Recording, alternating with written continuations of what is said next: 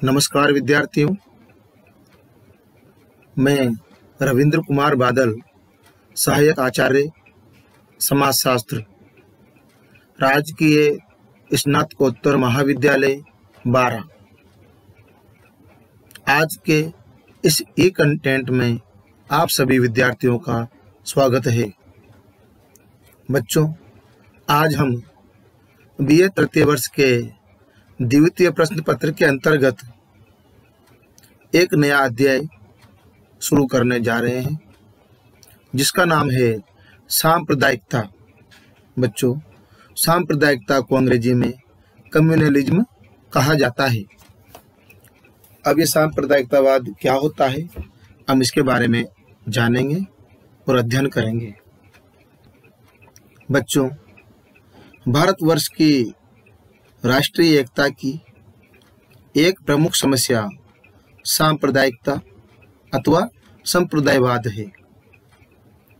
बच्चों, भारत में विभिन्न धर्मों, विचारधाराओं और संप्रदायों के लोग पूरे देश में फैले हुए हैं। संप्रदायवाद एक प्रकार की धार्मिक अंधभक्ति से संबंधित है। यह एक प्रकार की भावना ही है जो दूसरे धर्मों से एक धर्म को अलग थलग करती है। बच्चों, पिछली कुछ शताब्दियों से तो सांप्रदायिक तनाव और संघर्ष विशेष रूप से हिंदू और मुसलमानों के बीच रहा है, लेकिन कुछ दशकों से इनके अतिरिक्त हिंदू सिख, हिंदू ईसाई और अल्प समुदायों में भी भेद, कलह तथा विवाद काफी पनपा है। बच्चों, इन विभिन्न समूहों में अलगाववाद, पृथक्करण की भावना बहुत ही अधिक पनप गई है। इनमें पारस्परिक घृणा, संघर्ष, तनाव, झगड़े और मारपीट आदि होती रहती है। यहाँ पर हमारे पूर्व प्रधानमंत्री स्वर्गीय जवाहरलाल नेहरू ने यह कहा है कि मैं सांप्रदायिकता को अज्ञानता का सबसे बड़ा शत्रु मानता हूँ और हम सभी को सांप्रदायिकता समाप्त करने के लिए अपनी पूरी शक्ति लगा देनी चाहिए, क्योंकि यह भारतीयता और हमारे राष्ट्र के विरुद्ध एक भारी चुनौती है। इस विवरण से बच्चों यहाँ पर यह स्पष्ट हो जाता है कि समाजशास्त्रीय अध्ययन के दृष्टिकोण से भारत की समकालीन समस्याओं में से सांप्रदायिकता का अध्ययन करना अत्यंत आवश्यक है।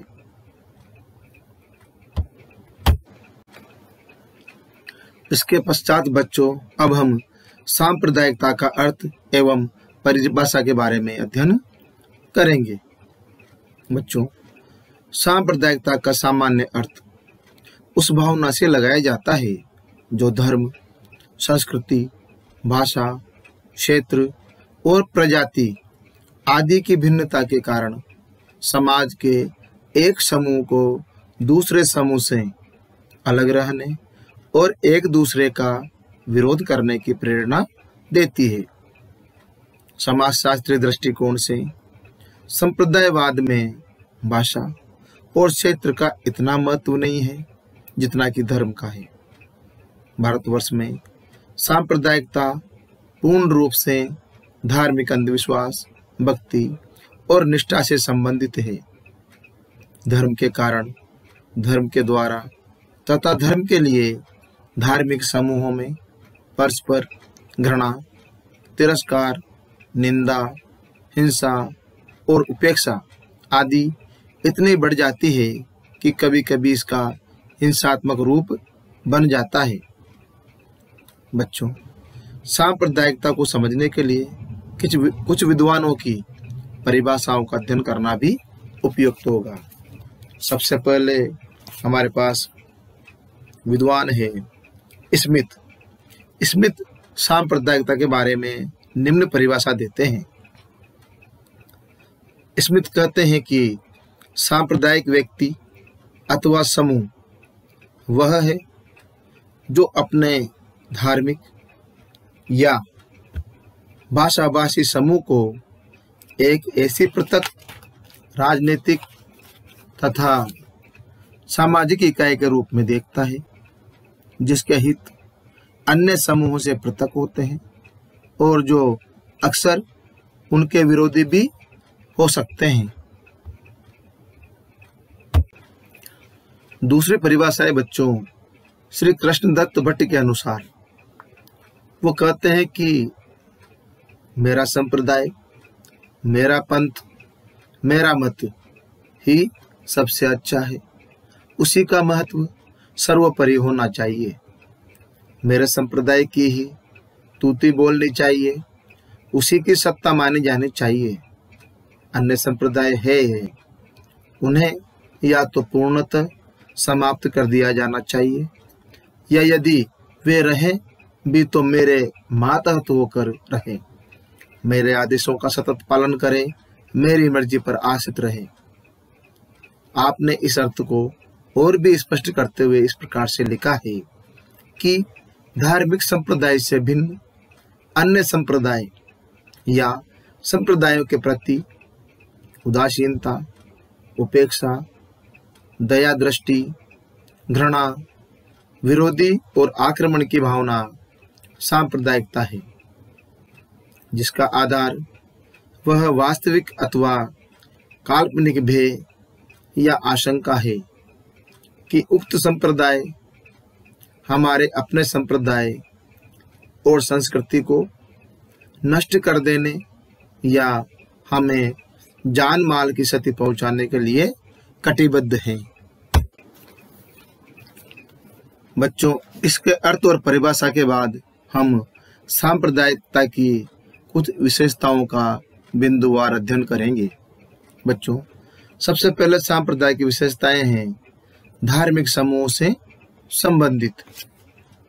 बच्चों, सांप्रदायिकता धार्मिक संगठन, समूह अथवा संप्रदाय से संबंधित होती है। एक धर्म के व्यक्ति अपने को एक धार्मिक संगठन या संप्रदाय का सदस्य मानते हैं। अगर धर्म में छोटे छोटे विभिन्न मत के गुट हैं तो व्यक्ति अपने को और अधिक संकीर्ण स्थिति में पाता है तथा धर्म की एक शाखा विशेष तक अपने को सीमित कर लेता है, जैसे हिंदुओं में वैष्णव, शैव आदि तथा इस्लाम में शिया और सुन्नी। सांप्रदायिकता की दूसरी विशेषता है श्रेष्ठता की भावना।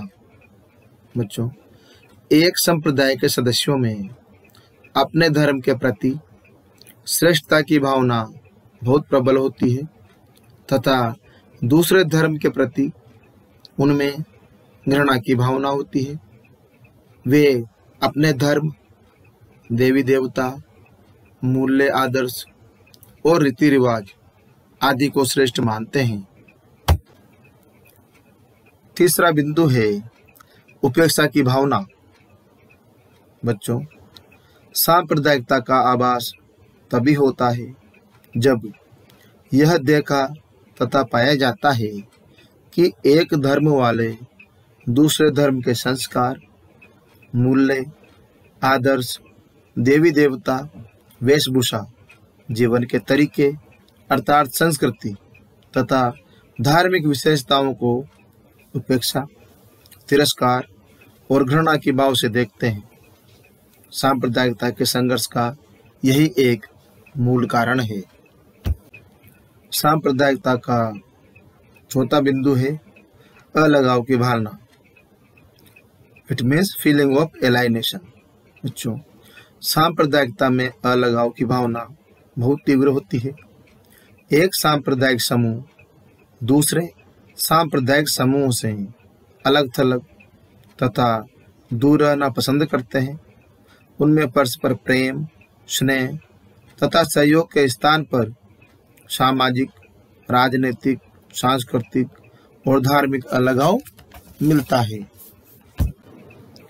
उसके पश्चात है धार्मिक कट्टरता। बच्चों, एक संप्रदाय के लोग अपने धर्म, कर्म और आचार विचार के प्रति कट्टर निष्ठा रखते हैं। सांप्रदायिकता की उपरयुक्त विशेषताओं तथा विशेषताओं के आधार पर यह कहा जा सकता है कि सांप्रदायिकता एक धार्मिक, सामाजिक तथा सांस्कृतिक तथ्य है जिसमें अनेक संकीर्णताएं होती है। अपने धर्म के प्रति कट्टर निष्ठा तथा भक्तिभाव होता है तथा दूसरे धर्मों के प्रति घृणा, अलगाव, क्षति का डर और उपेक्षा आदि की भावना होती है, जिसके कारण विभिन्न धर्मावलंबियों में परस्पर तनाव, संघर्ष, झगड़े आदि होते हैं। बच्चों, हमारे पूर्व प्रधानमंत्री श्री जवाहरलाल नेहरू ने कहा है, सांप्रदायिकता को धार्मिक, राजनीतिक, सांस्कृतिक, नैतिक और आर्थिक समीक्षा निम्न प्रकार से की है। सांप्रदायिक संगठन धर्म का नारा लगाते हैं लेकिन धार्मिक नहीं होते, संस्कृति का नाम लेते हैं लेकिन संस्कृति के लिए कुछ काम नहीं करते, नैतिकता की बातें करते हैं लेकिन नैतिकता से कोसों दूर रहते हैं। वे आर्थिक समूह भी नहीं होते, अपने को राजनीतिक कहने के बाद भी वे केवल राजनीतिक ही होते हैं। इसके पश्चात बच्चों, अब हम सांप्रदाय के कारण एवं सांप्रदायिक के निवारण के बारे में अध्ययन करेंगे। सबसे पहले हम लोग सांप्रदायिकता के कारण को बिंदुवार समझेंगे और अध्ययन करेंगे। बच्चों, सांप्रदायिकता एक संकीर्णताओं का योग है तथा स्वार्थ पूर्ति उसका उद्देश्य है। इसके क्या कारण है, इसका अध्ययन करना भी यहाँ पर अत्यंत आवश्यक है। बच्चों, अन्य देशों की तुलना में भारतवर्ष में आजकल सांप्रदायिकता एक जटिल तथा असंतोषजनक समस्या बनी हुई है, जिसने देश की एकता को खतरे में डाल दिया है। इस समस्या के अनेक कारण हैं जो ऐतिहासिक है। इसके मुख्य बिंदु निम्न प्रकार से हैं। सबसे पहला बिंदु है ऐतिहासिक कारण। बच्चों, भारत का इतिहास उठाकर देखें तो पाएंगे कि प्राचीन काल में अनेक आक्रमणकारी जैसे शक, हूण, कुषाण, मुगल, पठान आदि भारत में आते रहे तथा संघर्ष होता रहा। जब मुसलमान भारत में आए तो संघर्ष की स्थिति ज़्यादा तनावपूर्ण पैदा हो गई। कुछ कट्टर धार्मिक मुसलमान शासकों ने सांप्रदायिकता को बढ़ावा दिया। अंग्रेजों ने फूट डालो और राज करो नीति के अंतर्गत हिंदू मुसलमानों में सांप्रदायिकता को उकसाया। उनके कारण हिंदू मुसलमान हमेशा लड़ते रहे। इसी सांप्रदायिकता के परिणाम स्वरूप सन 1947 में हिंदुस्तान तथा पाकिस्तान बने।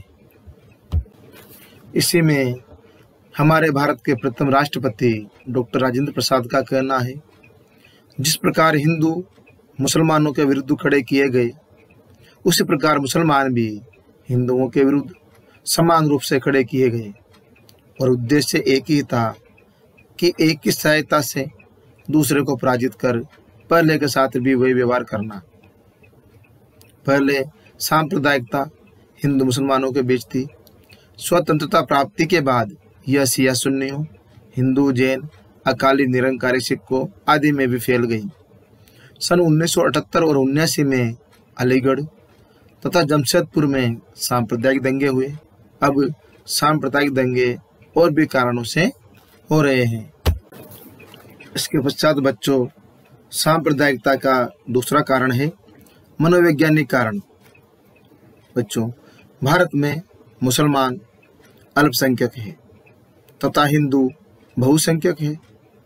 मुसलमानों के मन में बैठ गया है कि हिंदू हमारा आर्थिक शोषण करते हैं, विकास के उचित अवसर नहीं देते हैं। उन्हें डर रहता है कि हिंदू लोग कभी भी हमें मार सकते हैं, बर्बाद कर सकते हैं। उनमें एक दूसरे के प्रति घृणा, द्वेष, विरोध हीन भावना और प्रतिकार बढ़ गया है। यह सब मनोवैज्ञानिक लक्षण सांप्रदायिक के कारण है। हिंदू आज भी मुसलमानों की राष्ट्रीय एकता के प्रति शंका करते हैं, जबकि अनेक मुसलमानों ने पाकिस्तान के विरुद्ध युद्ध में अपनी जान न्यौछावर कर दी थी। सांप्रदायिकता का यह प्रमुख कारण है जो व्यक्ति के स्तर पर कार्य करता है। अगला बिंदु है भौगोलिक कारण। बच्चों, भारत में एक जाति, प्रजाति, वर्ण, भाषाभाषी समूह और धर्म आदि के लोग एक ही स्थान पर निवास करते हैं। उनमें परस्पर अहम की भावना विकसित हो जाती है तथा दूसरी बस्ती, धर्म, संस्कृति वालों के प्रति घृणा पैदा हो जाती है। यही भौगोलिक संकीर्णता आगे चलकर सांप्रदायिकता को बढ़ावा देती है और झगड़े पैदा करती है। अगला बिंदु है सांस्कृतिक भिन्नता। बच्चों, हिंदू और मुसलमानों की संस्कृति में बहुत भिन्नता के कारण उनमें एक दूसरे के प्रति सांस्कृतिक दूरियां हो गई है। इनका खान पान, वेशभूषा, धर्म, रहन सहन, रीति रिवाज, परंपराएं और देवी देवता आदि भिन्न है। दोनों ही धर्मावलंबी अपने अपने विवाह के तरीके, प्रकार, तलाक, विधवा विवाह आदि से संबंधित है। यही दृष्टिकोण सांस्कृतिक भेद, वैमनस्य, तनाव, संघर्ष और लड़ाई झगड़े पैदा करते हैं। अगला बिंदु है राजनीतिक स्वार्थ, पॉलिटिकल इंटरेस्ट। बच्चों, स्वतंत्रता प्राप्ति के बाद भारत में सरकार का चयन मतदान के द्वारा किया जाता है। जिसका बहुमत होगा वही चुनाव जीतकर सरकार बनाता है। चुनाव में जातिवाद और सांप्रदायिक भावना का सहारा लिया जाता है। अनेक राजनीतिक दलों का निर्माण धर्म के तथा सांप्रदायिकता के आधार पर किया जाता है। ग्राम पंचायत से लेकर लोकसभा तक के चुनाव में धर्म तथा सांप्रदायिकता के आधार पर उम्मीदवार खड़े किए जाते हैं तथा मत मांगे जाते हैं। चुनावों में सांप्रदायिक भेदभाव का सहारा लिया जाता है, एक दूसरे के प्रति भड़काया जाता है। इससे समाज में झगड़े बढ़ते हैं तथा सांप्रदायिक संघर्ष भी पनपता है। इसके पश्चात बच्चों, कारण जानने के बाद अब हम संप्रदायवाद के निवारण के सुझाव के बारे में आप लोगों को बिंदुओं के माध्यम से जानकारी देंगे। बच्चों, भारत में संप्रदायवाद को समाप्त करने के लिए अनेक प्रयास समय समय पर किए जाते हैं। इस समस्या को समाप्त करना एक कठिन कार्य है, लेकिन निम्न सुझावों के द्वारा इसका निराकरण करने के लिए तुरंत कदम उठाने भी आवश्यक है। संप्रदायवाद के निवारण में पहला बिंदु है सांप्रदायिक संगठनों पर प्रतिबंध। बच्चों, अगर कोई संगठन धर्म, शिक्षा, राजनीति या अन्य आधार पर सांप्रदायिकता का किसी भी रूप में प्रसार या प्रचार करता है तो ऐसे संगठनों पर रोक लगानी चाहिए। सरकार द्वारा कठोर कार्रवाई की जानी चाहिए तथा तुरंत दंड देना चाहिए। इससे सांप्रदायिकता की समस्या को कम किया जा सकता है। संगठनों के नामों में हिंदू, ईसाई, मुसलमान, जैन और सिख या ऐसे ही शब्दों के प्रयोग पर विधान द्वारा रोक लगानी चाहिए, जिसमें सांप्रदायिकता के फैलने का आभास मिलता है। संप्रदायवाद के निवारण का दूसरा बिंदु है राष्ट्रीय एकीकरण की शिक्षा। बच्चों, शिक्षा द्वारा राष्ट्रीय एकीकरण, राष्ट्रीय भावना, राष्ट्रीय चरित्र निर्माण आदि का प्रसार और प्रचार करना चाहिए। पाठ्यक्रमों में राष्ट्रीय एकता, राष्ट्रीय एकीकरण आदि को रखना चाहिए और सांप्रदायिकता की हानियाँ शिक्षा द्वारा विद्यार्थियों को बतानी चाहिए। शिक्षण संस्थाओं में ऐसे विषयों को अनिवार्य कर देना चाहिए जो राष्ट्रवाद को प्रोत्साहन देने वाले हों तथा संप्रदायवाद जातिवाद, प्रांतीयता और भाषावाद आदि की संकुचित भावनाओं को पैदा नहीं होने दे। अगला बिंदु है राष्ट्रीयता की शिक्षा। It means education of nationality. बच्चों, सांप्रदायिकता को समाप्त करने के लिए एक व्यावहारिक और कारगर उपाय शिक्षण संस्थाओं द्वारा छात्रों को राष्ट्रीयता की शिक्षा देकर किया जा सकता है। शिक्षा के पाठ्यक्रम में सांप्रदायिकता के दोष तथा हानियाँ, राष्ट्रीयता का अर्थ, परिभाषा, एकता के लाभ आदि विषय रखे जाएं, जैसा कि राजस्थान विश्वविद्यालय जयपुर, अजमेर विश्वविद्यालय, वनस्थली विद्यापीठ के समाजशास्त्र विषय के रखे गए हैं। शिक्षा के द्वारा पारस्परिक एकता, संगठन, राष्ट्रीय चरित्र निर्माण, राष्ट्रीय एकीकरण आदि का ज्ञान विद्यार्थियों को कराकर सांप्रदायिकता को मिटाया जा सकता है। अगला बिंदु है सांप्रदायिकता फैलाने वालों को कठोर दंड। देखो बच्चों, सरकार को सांप्रदायिकता फैलाने वालों को ऐसा कठोर दंड देना चाहिए कि दूसरे देखने वाले लोग भी भविष्य में सांप्रदायिकता फैलाने वालों का साहस नहीं कर सके। सांप्रदायिकता को अराजक तत्व और धर्म कट्टरपंथी फैलाते हैं। वे लोग सांप्रदायिक संघर्ष पैदा करते हैं, अपने को समाज का नेता बनाना चाहते हैं और दंगे होने पर असामाजिक तत्व लूटपाट करते हैं। उन्हें पकड़कर कठोर दंड देना चाहिए।